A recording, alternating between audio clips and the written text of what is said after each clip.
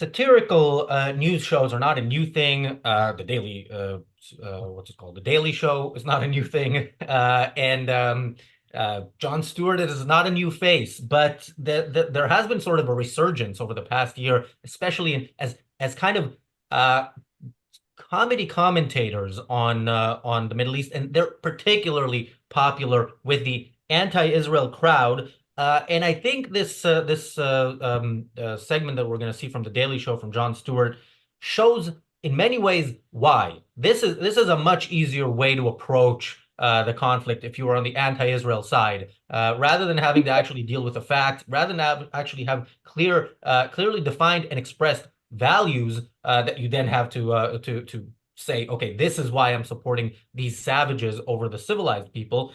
It's easier with comedy.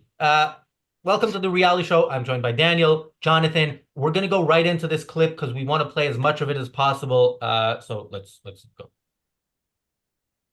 All right. Okay. There's Jon Stewart, network television or cable television. You have to jump quickly from one thing to another, but he already said enough there that I think is worth commenting on.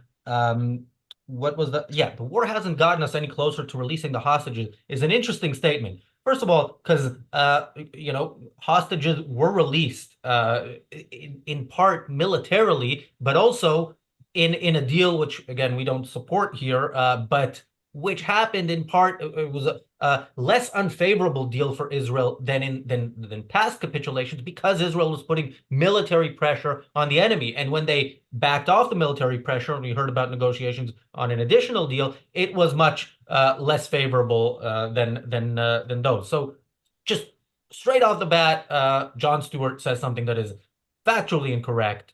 Any thoughts on that, Jonathan? Well, let's not undercut Stewart's influence. I mean, Stewart is a major moral authority for a lot of, I guess millennials, maybe up and even to Gen X or even older. I mean, Stewart is seen as a real moral voice. I think, as I remember, he was an advocate for a lot of 9/11, people who got caught up with that. So, he's a real believer, what's morally right. And we're going to go through the whole thing, but he starts off, ironically, how every defender of the Palestinians and Hamas do. He acknowledges the hostages, he acknowledges the attack, but then he immediately offers up Israel's response as an equivalent atrocity. Oh, you've got this atrocity that was committed against Israel, but then you've got Israel's response, as if that's the thing to be morally outraged against. So he already, even from like literally sentence 2, is drawing a very moral equivalency between those who commit an atrocity and those who try to avenge it for justice, for a little bit of justice. Daniel. Yeah. So first of all, he's pretty funny. When I first watched the video, there were a few jokes that were like, that's a good joke. You cannot deny that. But yeah, the overall rhetoric and the overall analysis of the situation is just completely terrible. And it's sort of interesting to see because we have our own sort of like a daily show in Slovakia. By that, I mean, we have literally one show like this. There's like nothing else. And when I watch that, I find myself mostly agreeing, mostly laughing. And, and similar to how that show, I watch in Slovakia is sort of like steered towards a certain audience. This one is also, it's steered towards a certain audience that basically are not big fan of Israel. And that's pretty much what you'll see when it comes to these jokes. Or the U.S. I mean, Stewart always comes out historically on the side of, the U.S. is the imperialist, it's racist, it's all those kind of left-wing cliches. But as they say, let's roll the tape. Yeah, I mean, just quickly on that, you saw the first clip he played were from Biden. If I had to guess, it's probably his more preferred candidate to what was the other choice, yet it's still not good enough because even he is working too much with Israel. And you'll see that later when he criticizes basically the Biden administration for being too pro-Israeli. Yeah, and just to John, first of all, thank you, Best Monster, for the super chat. Best Monster says there's more anti-Semitism in Quran than Mein Kampf. I haven't run the numbers, but they're both bad. But yeah, the point, Jonathan, you were making about Stewart being this major character, and it kind of ties into what VN is saying in the chat. Jon Stewart is the most evil man in the public square today, and for the last 20 plus years. I mean, there are many contenders, so I'm not sure if he wins that title, but he is one of the contenders.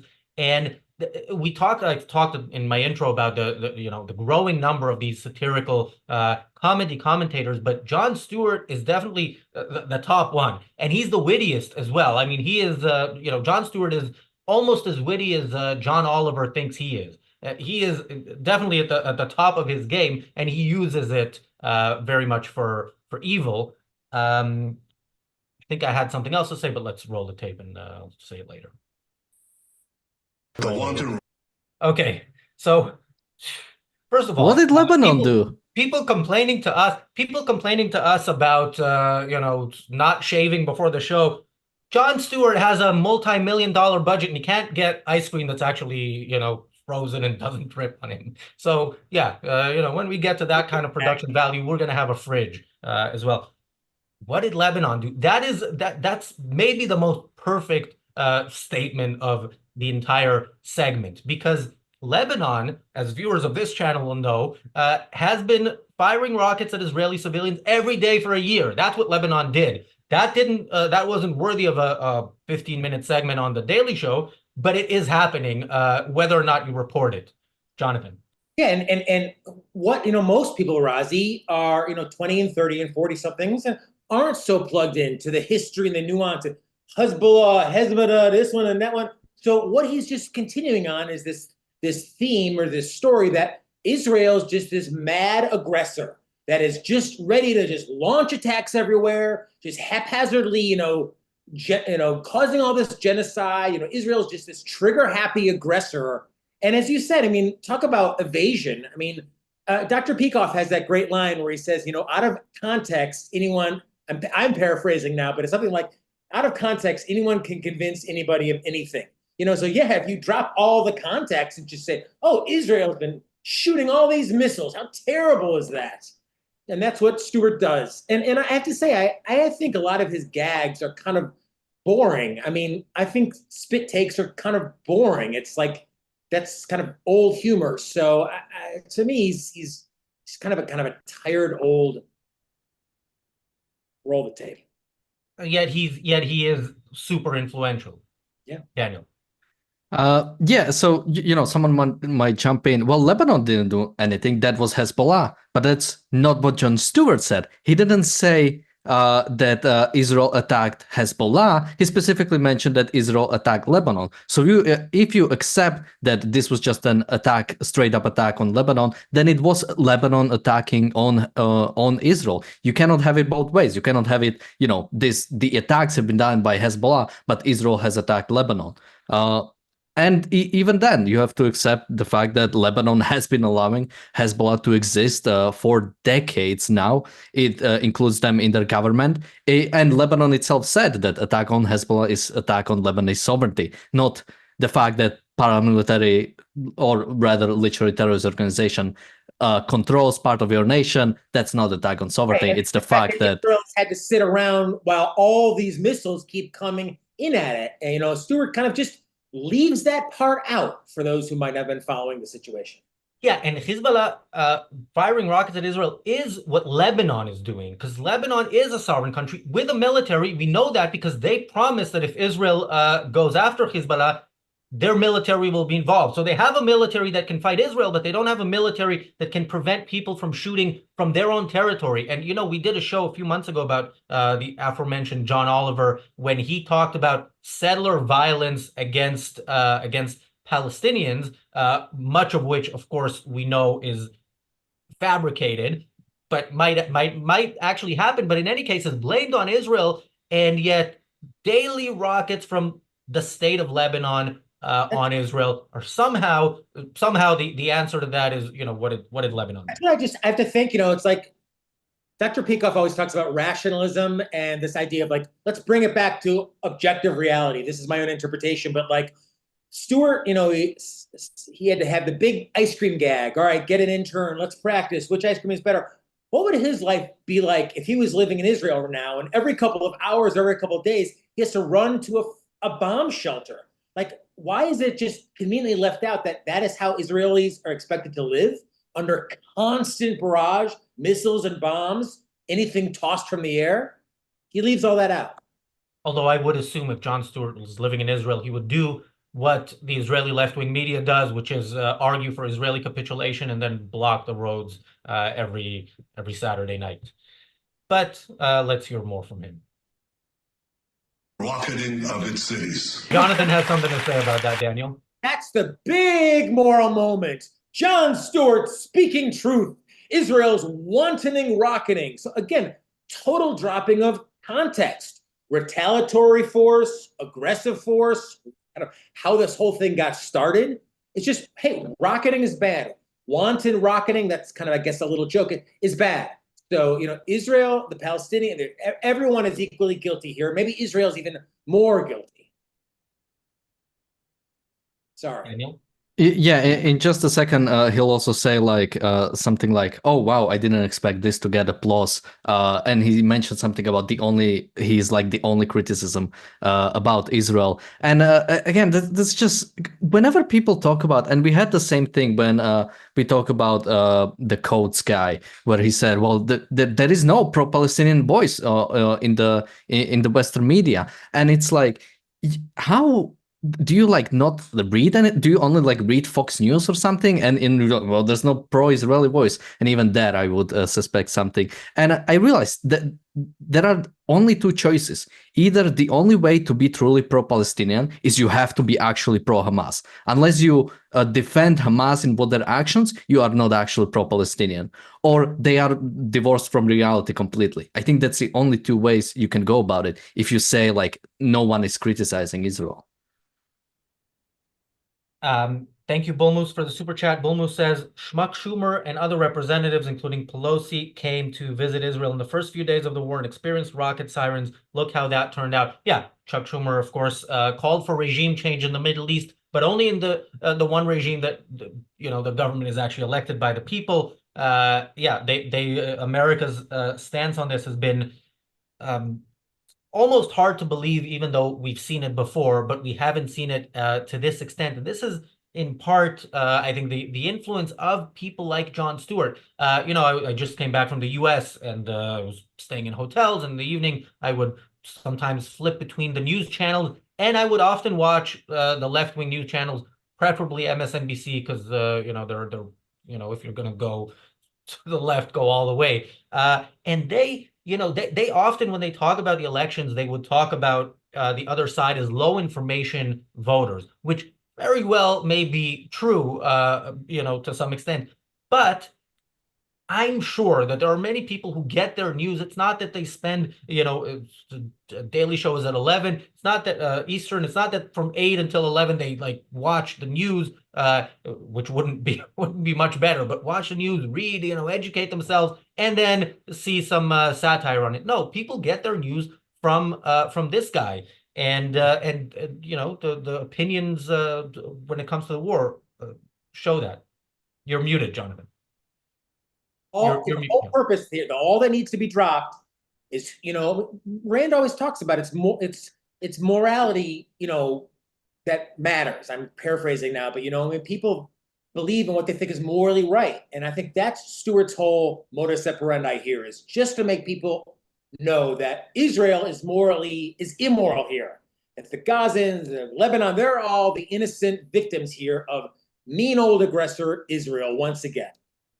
Yeah, just quickly, Akira says, you're wrong, Razi. CNN is way better than MSNBC. MSNBC is crazy leftist. Yes, that's why I watch them, because they're crazy leftists. They're not pretend moderate leftists. All right, should we watch some more? All right, is that it for the? Because I had a reason for this. So is that the end of the pager stuff? Yeah. Okay, so here's the point. This is about 2 minutes.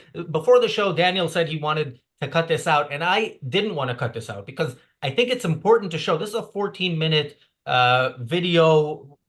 Take out the intro and the outro. There was like 13 minutes, and there's like 2 minutes there where he makes pager jokes. Now, the pager explosions is one of the most amazing military operations in history.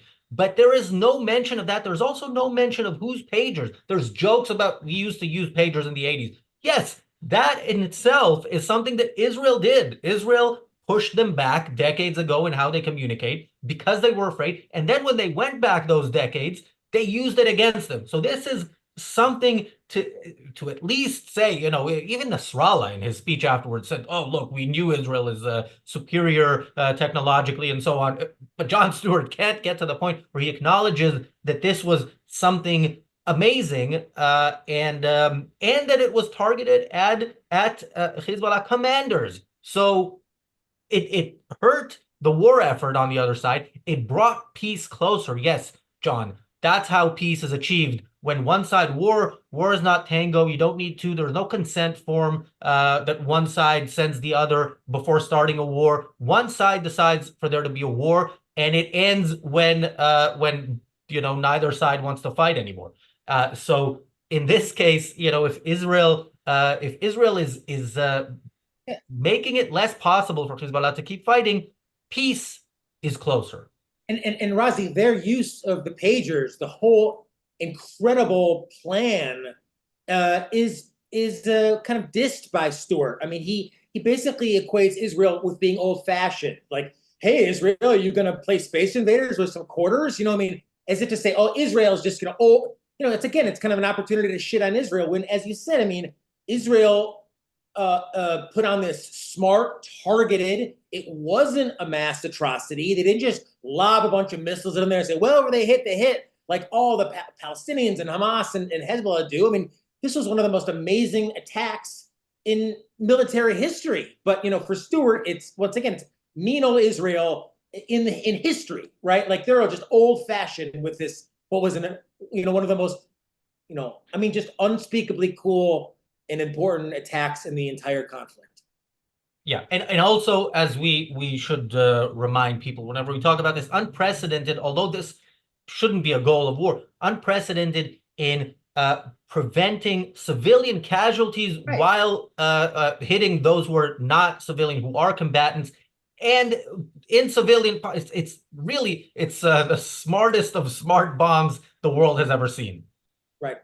Yeah, and I recommend for people, Ynet came out with an article, basically a report about how this was done or how it is believed this was done. And it's just an incredible achievement. And, you know, it's hard to specifically criticize Jon for like leaving a lot of context, although you could criticize some because it's mainly a comedy show. But also you have to remember, okay, you know, it's a comedy show, but what are you making fun of? What are you going to focus on? And the fact that you take, we did an episode which was almost like more of a comedy show when the pager attack happened, and like whenever I thought, I just made a different joke about the Hezbollah's new line of communication, and that was like on spot, and it was pretty decent, I'd say. And the only thing you can, the only joke you can come up when it comes to this pager attack is making fun of Israel specifically.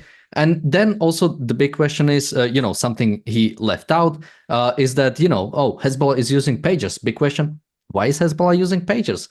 Oh, because Israel already targeted their phones and managed to kill terrorists with phones. So now the only choice they had is to go to pagers. And those pagers, well, were before the even attack on the phones happened, the pagers were already basically infiltrated, so Israel could do this attack. And the only joke you can come up with is, you know, some like it's like an old style, like an attack, like it's like Bond, like from the 80s style attack, instead of like looking at how much ingenuity, because that pager attack, it's not something from old ages. It was mainly about basically economics of how you move, how you get bombs inside of pagers and you move them into a foreign country. That's an incredible achievement. That's not something you should joke about as a, you know, it's.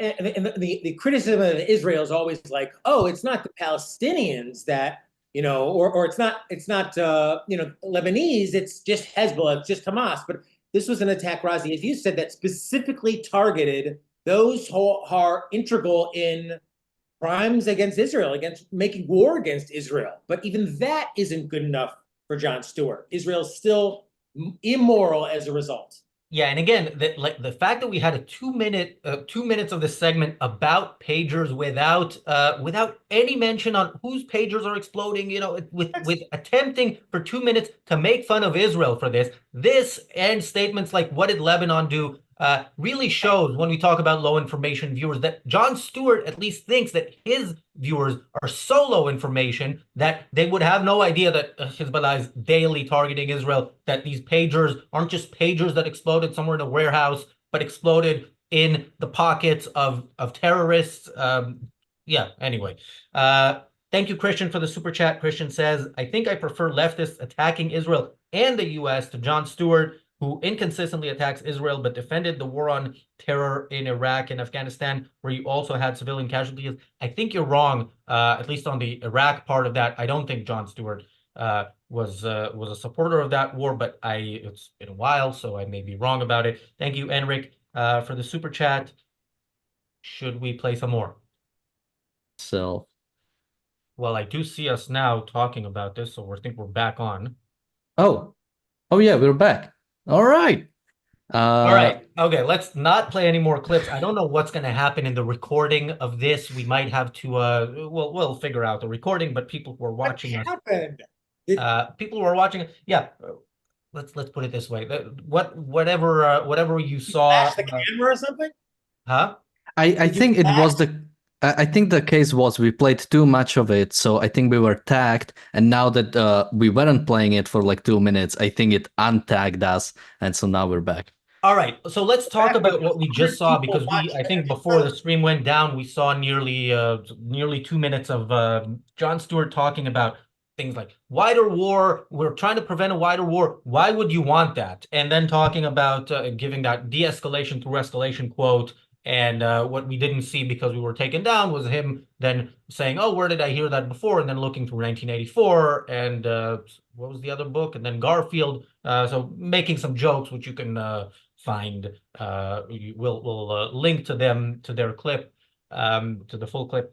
But yeah, again, this is Jon Stewart not understanding the first thing about war, and this is why I think the title may have been the most clickbaity title we've ever had, because it says Jon Stewart learns the first thing about war, and it seems like he didn't actually learn it, which is yes.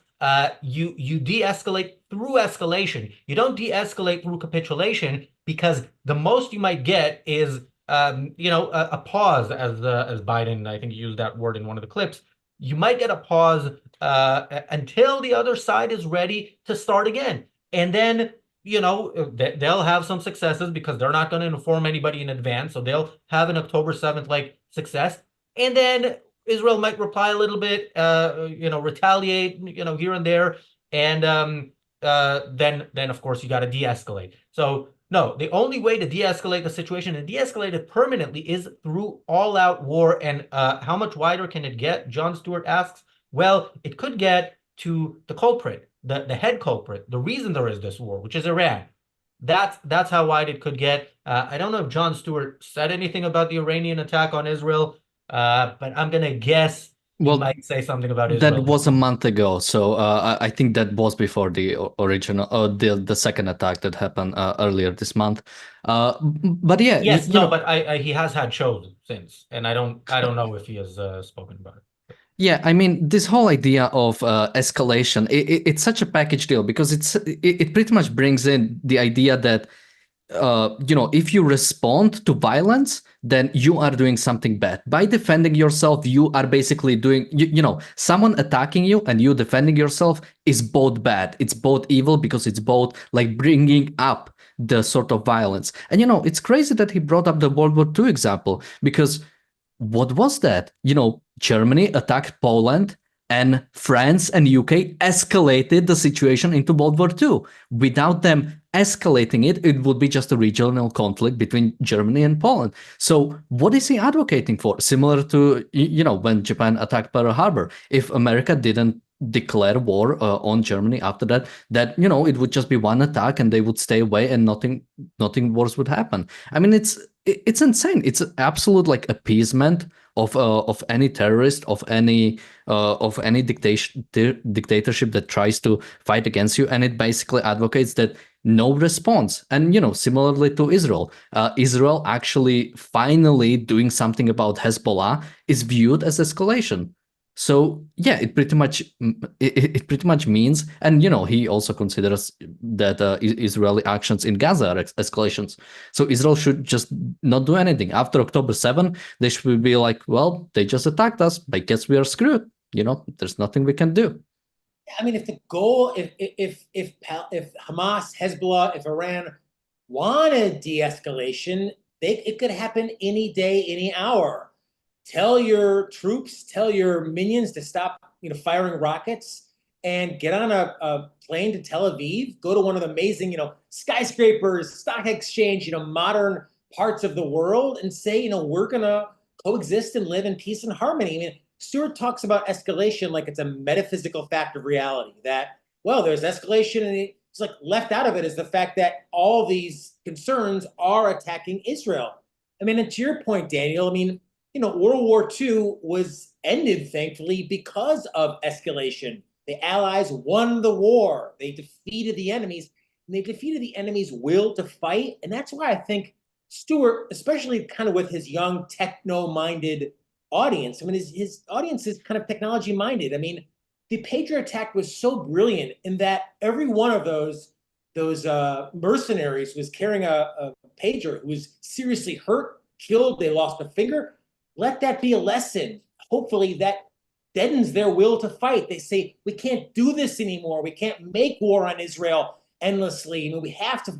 So that's the point of wars, to kind of lessens the enemy's will to fight. The atomic bomb did that, but the pager attack was so brilliant in its targetness, no really civilians killed, and Stewart just drops all of that for moral equivalency, even worse than that, it's damnation of Israel once again.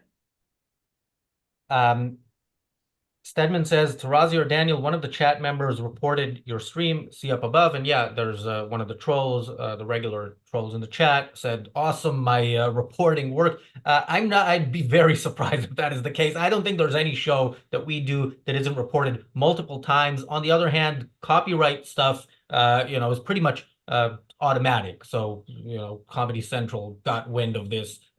I doubt it was because of this reporting. And look, social media platforms have their policies. We might not like all of them, but we do like the fact that we are able to stream for free here. And again, the reality show is always uploaded to X, to Ayn Rand Center UK on X. So if there's anything, your troll, congratulations on wasting like 45 minutes of your time. Razi has thousands of shows. We've got hundreds of thousands of viewers worldwide, and we continue to advocate for Ayn Rand's ideas and spread reason across the world. Yeah, and you understand these trolls because look, they come to the chat and use these kind of slogans of the anti-Israel crowd, but they are really terrified by the idea of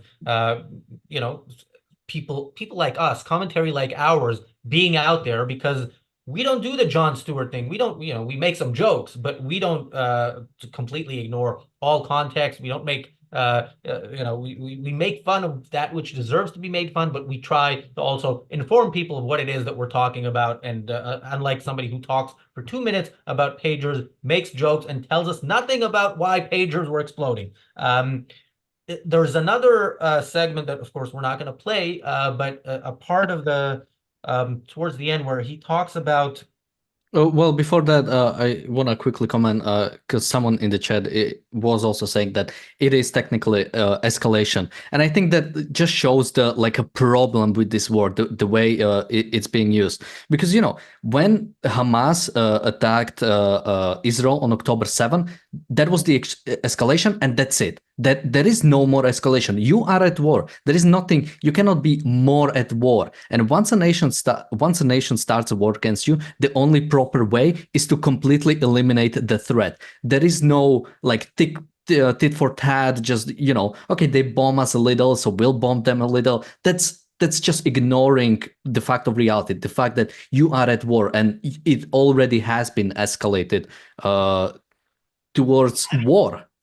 What about Hezbollah, Hamas, or Iran would give you any indication that they want peace. Like everything they do is about making, I mean, the editorial cartoons of, Israel and children hiding in bomb shelters and Hezbollah firing rockets from bomb shelters, I think is pretty apt here. I mean, Israel is the victim here, and military retribution is justice.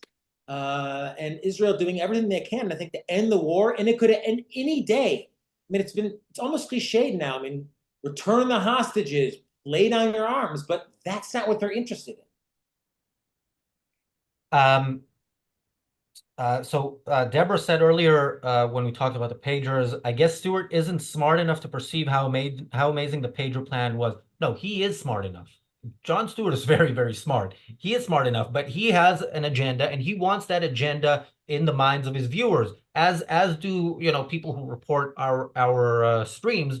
They don't want our content out there. They want somebody for somebody to have all the information they have about the pager attacks from that 2-minute segment that was basically jokes about pagers and how they're old. So yeah, Jon Stewart, that's if it's not his fault, we can't really morally judge him if he's not smart enough. He is definitely smart enough, and he is absolutely evil enough to want people. Throw out too, John David Lewis, who is an objectivist who's deceased. Daniel, I know you're right on putting the link in the chat. I mean, look, our hope here is to get you to read Miss Rand, read Prominent Objectivists. And John David Lewis, who's deceased now, wrote an amazing book, Nothing Less Than Victory, that talks about war and talks about all the historical examples and really brings a moral perspective on war. I mean, my sense is that part of what frustrates Stewart is that Israel and America are defending itself. I guess he thinks that Israel should just lay down and people are bombing it, but hey, let's just see if we can, make peace here, and maybe we give you land, or I don't know what it is, but Stewart seems like kind of an old school pacifist to me. Any type of military action is immoral. Well, actually, maybe not, because all the rockets and missiles fired at Israel, no mention of that. Yeah, and so later he goes on to also, as I mentioned earlier, criticize America. He plays a bunch of clips of American politicians. I think specifically, I think he shows Blinken saying something along the lines of, "We don't even know where these rockets are going. We didn't know about the Hezbollah attack. We didn't know about the attack in Syria," and criticizing America for not stepping up to Israel, not doing something about Israel. And I sort of agree with that. I think Israel should communicate with its allies, but we've seen what happened when they do. As soon as they told them about the potential about Iranian attack, it got leaked. So, I think ideally you'd have allies, talking to each other about the strategy. So, there is a line of communication, what's happening, no side is surprised, but there has to be trust. When you want to have that relationship, there has to be trust on either side. And the fact that whenever America learns about anything about Israeli's plans, it gets leaked. How much confidence does Israel have in its friend, but that keeps happening? Yeah, I mean, Jon Stewart, to his credit, he's a good-looking dude. But yeah, unlike him, that segment didn't age well. The part where he talks about, oh, we don't know. Yeah, you're not. First of all, there is no duty to inform people when and where you're gonna do what. Israel was attacked, and it will defend itself. Now, again, Israel treated the U.S. as an ally, as Daniel mentioned, and learned otherwise when it came to the Iranian attack. So, yeah, I don't know exactly what we were supposed to take away from that segment, even without the U.S. leaking anything. What we're supposed to take from that segment, saying Israel doesn't inform the U.S. about every single step. Look, the U.S. is an ally on paper at the moment to Israel, and every time you hear a statement from an American official, it is critical of Israel. It is always in effect, on the side of Israel's enemies. So yeah, Israel doesn't necessarily need to inform the U.S. at this point. Yeah, and what I kind of hate about this, and we've emphasized Stewart's influence, is that it's kind of, what do they say? It's the court of public opinion and the hearts and minds. and casual observers of this 14-minute, you know, and I think he throws in some of the pager bit is kind of funny. And if you went to see stand up, he'd say, hey, in the 80s, you know, I used to get my dealer in this way. And I mean, there's something kind of funny about that old pager material, but you know, that's like the sugar to get the medicine go down. And the medicine, I think the moral medicine for him is to present Israel not as a peaceful country. I've been to Israel 3 times. Israel is not an aggressor country. It is surrounded by aggressors. But his, I think, goal here is to, for casual observers, you know, just, you know, 30 and 40 something, 20 something Americans to, you know, paint poor Lebanon, poor Hamas, poor Gaza, and mean old Israel at it again, just committing genocide left and right. So, you know, they view for 15 minutes and, you know, whose side do they come on, end up on?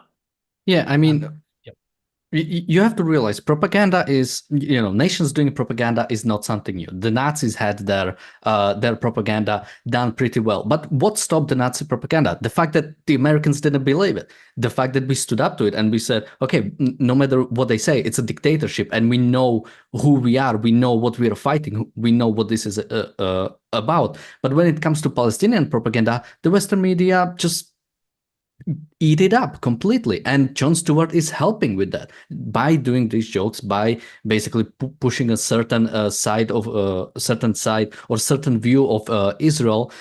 It is helping to propagate this, because Israel is absolutely losing the sort of the hearts and minds. It is absolutely losing the sort of the way people view this conflict, and many people are helping that.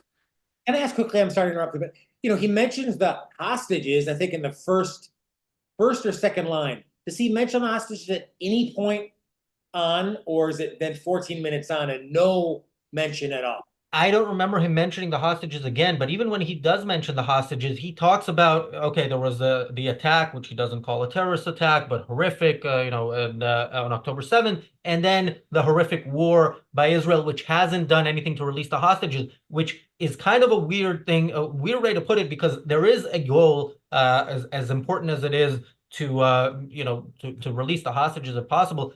That is not the goal of the war. The goal of the war should be to defeat certainly Hamas, but to defeat the Palestinian people who started this war and to make sure it never happens again. This is as present in Jon Stewart's segment as is any explanation on what the pager explosions were. Thank you, Bull Moose, for the super chat. Bull Moose says, oh, and the leaker was promoted again while she was being probed like a couple of days ago. Yeah, the whole situation there, I think, might require some more from us, because it really is astonishing. It is treason. This is treason. There's no other way to look at that.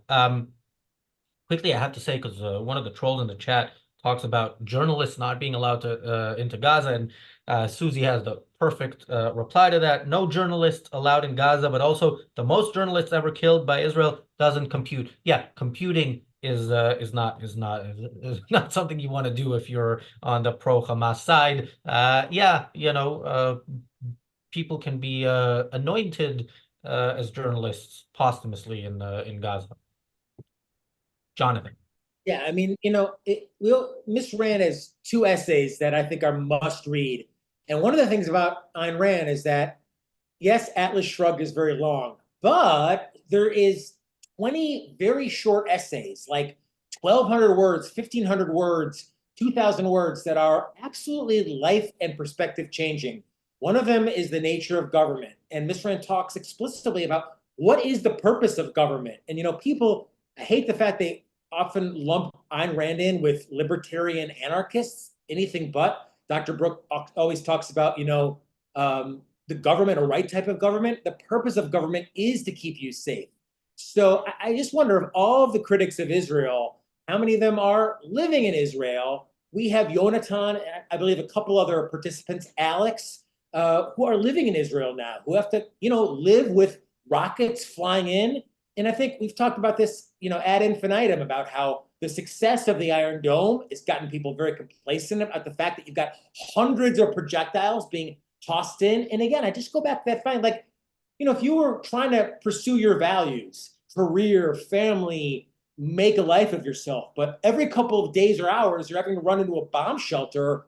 Any rational person would say, government, help me out here. This is your role. Keep me safe, protect me.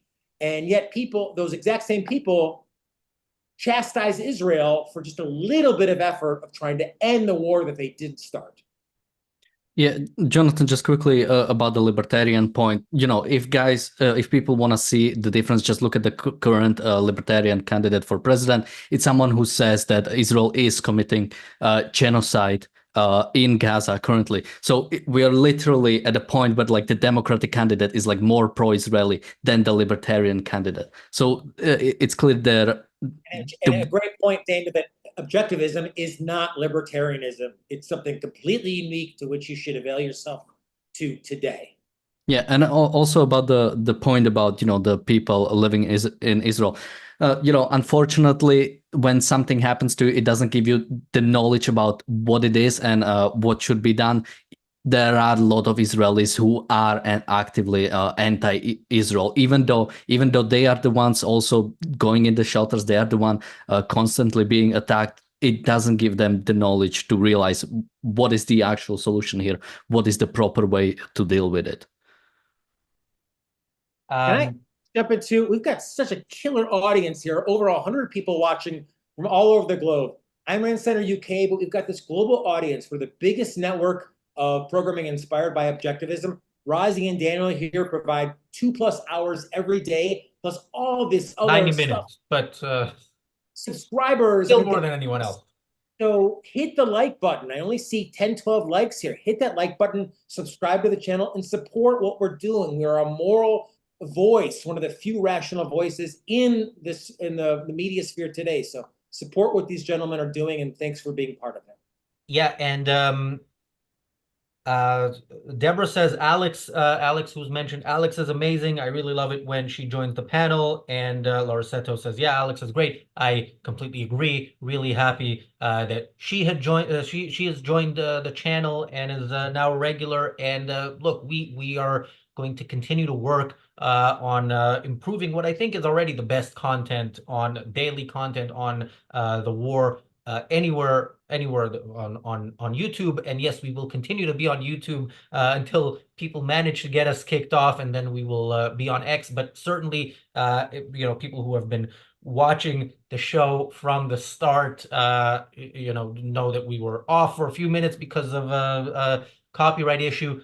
One thing that helps with that is if you share this show, you like it, you indicate to the YouTube algorithm that there is interest in seeing this, and that will kind of counterbalance any negative stuff that we get. Thank you, Larry, for the super chat. Larry says, all of you do a great job. Thanks. Thank you. Larry is one of the people I met on my recent US trip, and so do consider sharing, liking, commenting. Comments, I think, help more than anything else.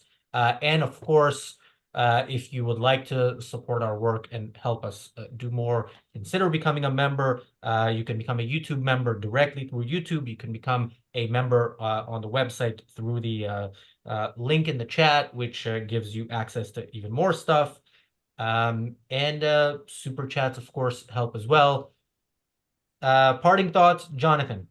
They help a lot. And I just want to encourage everyone. I mean, Rozzy and Daniel are your moral voice out there. You work in a job. You can't do this, full time, but, let the Ayn Rand Center UK be your advocate, not just for reason worldwide, but also for getting people into Ayn Rand. I mean, there's an old saying, oh, I read Ayn Rand and she changed my life. That's certainly true for me. I think it's true for these gentlemen as well, and it will be true for you. So, you're helping us introduce Ayn Rand's ideas to young people from all around the world, even from some really shitty places around the world, collectivist places around the world, getting them to pick up Miss Rand's work for the first time. One idea for that actually is a new textbook of Americanism. Miss Rand started a project in the 40s. It was never finished. We finished it in the 2020s, all about the fundamental ideas of what Americanism is. So especially this holiday, I should say this election season and holiday season, a new textbook of Americanism at Amazon. And thank you again for supporting what Razi and Daniel and we're all doing here with the ARCUK.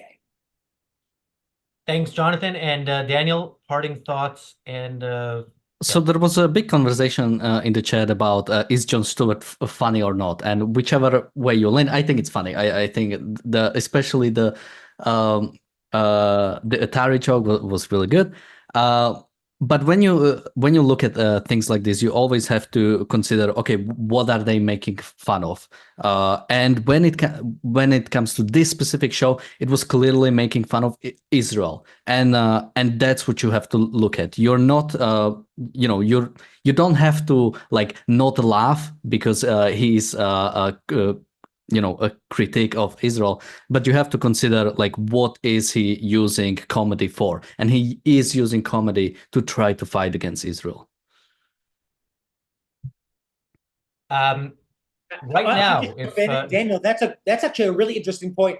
Miss Rand has a whole thing you can look up on the lexicon about comedy and what is it in effect appropriate. It's my own paraphrasing, to laugh at. So I love the fact you made that point that to use comedy to laugh at the good, to laugh at Israel is despicable and corrupt, in my opinion. If you haven't had enough from us, right now on our sister channel, The Briefly Objective, which you also should be subscribed to, there is a short clip premiering of Ben Bayer. That clip is titled, "Why Do People Believe in Conspiracy Theories?" Go over there, trolls as well. Go over, report that, and comment on why you disagree and all that stuff. Thanks guys for joining. Thanks everybody for watching and for sticking with us for the couple of minutes where we didn't know if we'd come back. We will be back tomorrow with the Daily Objective unless that is preemptively struck down. We'll see you then. Bye.